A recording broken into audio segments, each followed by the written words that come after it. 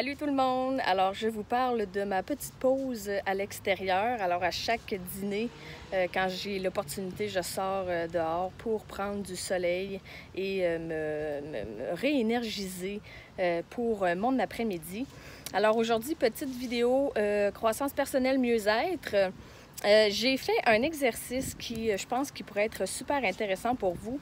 Bref, mes résultats comment je dirais, m'ont éclairé sur bien des choses. Alors, si on parle de vos croyances limitantes, premièrement, quelles sont-elles?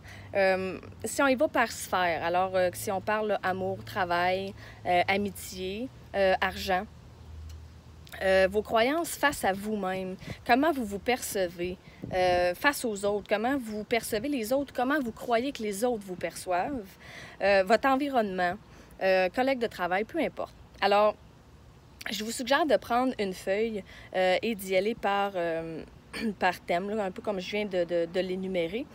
Et écrivez, premièrement, de 1 à 10, c'est quoi le taux de la croyance que vous avez? Donc, croyance envers vous, à quel point, si par exemple, vous, comment je dirais? Si par exemple, vous pensez que vous êtes négatif, on va dire ça comme ça, et vous le croyez à combien de 1 à 10?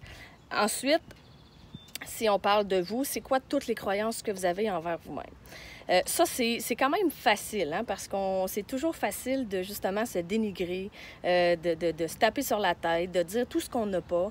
Et ça, c'est un peu d'ailleurs quand on demande à quelqu'un, mais qu'est-ce que tu veux? Qu'est-ce que tu es? On est souvent capable de dire le contraire. Mais qu'est-ce que je suis pas? Qu'est-ce que je veux pas? Alors, ça risque d'être quand même assez facile à énumérer, malgré que ça peut être assez difficile émotionnellement. Je pense qu'on se rend compte de plusieurs choses qui passent dans notre tête qui nous font mal et qu'à un moment donné, c'est qu'on se le répète tellement souvent qu'on s'en rend pratiquement plus compte. Mais quand on l'écrit, on vient qu'à comprendre, ben mon Dieu, je peux bien avoir le cœur lourd si j'arrête pas de me dire des choses comme ça. Et la partie intéressante, c'est qu'à la fin de chaque partie, ou vous pouvez même faire de chaque croyance, je veux que vous trouviez une phrase qui vient contredire justement cette croyance-là. Le but, c'est pas... Puis, voyons, je bégaye. Si ça va aussi bien pour vous que pour moi, j'ai été étonnamment surprise. Quand je l'ai fait, je me suis dit ça va être la partie la plus difficile parce que comment dire la contradiction de quelque chose que je crois. Mais... étonnamment, mon cerveau m'envoyait tout de suite une phrase. Moi, je suis allée par catégorie, donc les croyances envers moi-même. Et là, j'ai énuméré. Après ça, je me suis mis justement juste on peut le faire en phrase, on peut le faire en mots. Faites-les vraiment comme vous voulez. Le but, c'est pas d'avoir de la pression de faire l'exercice, mais de se sentir bien en la faisant. Moi, je me suis mis une phrase qui venait un peu contredire ma tête. Donc, si, par exemple, je parle de l'argent et que je dis « j'ai pas assez d'argent pour payer toutes les formations que je voudrais ». Et là, j'énumère quelques croyances. Et à la fin, ma phrase, c'est « mais est-ce que tes dépenses qui t'empêchent tes formations sont toujours nécessaires? » Et là, ma tête me dit tout de suite, ça, c'est ce qu'on appelle de l'auto-sabotage.